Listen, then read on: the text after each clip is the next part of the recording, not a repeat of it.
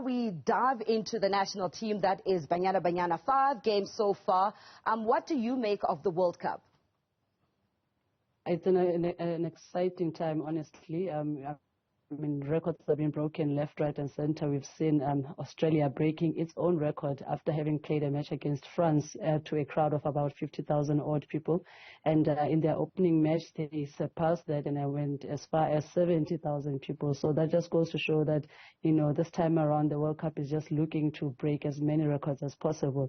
New Zealand also won their first match, which is a first in so many years.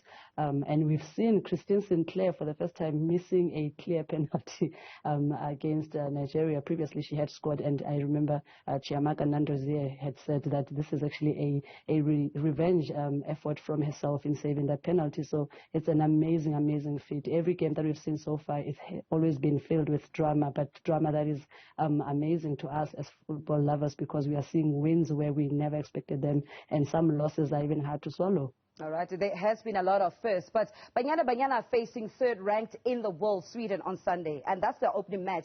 What would the best outcome be for the national team, considering the group that they're in?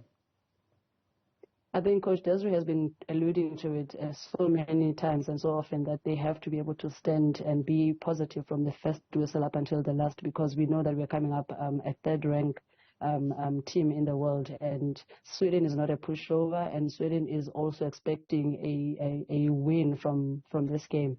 But as we've seen in other games that have played already, Banyana Banyana also has a chance. You know, when we step onto the pitch, it will be 11v11. It's only for the team to also believe in the tactics that coach has given, and also for them to trust and believe in each other and in themselves, and be able to maybe pull a fast one past Sweden.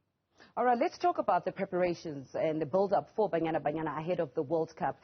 In terms of their preparations, they played against Costa Rica. That was a win, a good morale booster, and then that game against Botswana. In terms of the mental state that they bring into this game, what do you make of it?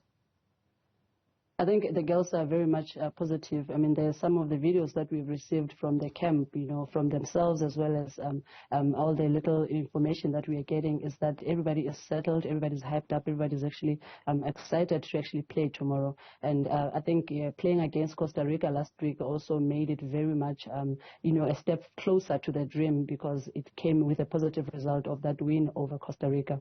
And if we remember, Coach Desiree had likened Costa Rica to Sweden and said they almost played similar styles. So I think for them, having won against Costa Rica, it's almost giving them a clear idea or you know, sort of like a view of what is it that they can expect against Sweden. I think they are very much positive. I think, you know, everybody is just amped. Everybody's just waiting to hear their names on their starting lineup, and they are ready and eager to jump on and make everybody proud.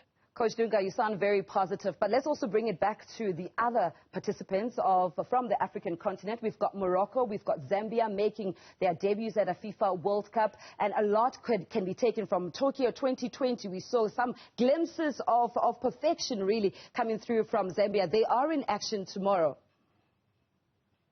Very much excited about their game. I mean, starting with today's one, which was Nigeria and Canada, yeah. I think the way the Nigerians held their defense up, and also the way they were challenged in this game, it's so much amazing actually for them to have won the first point for Africa. It's not just for themselves, it's for Africa as a whole. And tomorrow when we look at Zambia and Japan, I think, you know, the only downer is that Grace Chanda will not be there, as well as their number one keeper, Helen. She also is not going to be there. And both of them have been excluded because of the injuries that they've each sustained. I think, but, you know, even from that camp, all the girls are feeling motivated, because even the replacements that have been brought in are equally capable to be able to sustain the team for this coming game. I'm excited to see what Barbara Panda is going to be doing, because we know her prolific striking force, as well as her power, her strength. We saw it again with the game against Germany. You know, she made it a point that she wants to be able to get away with this win, and I think she wants to carry on from where the team last left off, not only in the WAFCON that has just passed, but also with the Tokyo challenge that they had. They did excellently well, and I think they want to carry on from there. And even with Morocco, you know, Morocco has had an amazing camp, and some of the training games that they've played. The last game that I saw them playing in, which was also very much amazing, was playing against Italy. and where they were all playing. All right, Coach Dunga, unfortunately, we have run out of time. I know you are very passionate about this very topic, but we will have time to discuss it a bit later on. That's it from Coach Dunga, talking all things the Women's FIFA World Cup.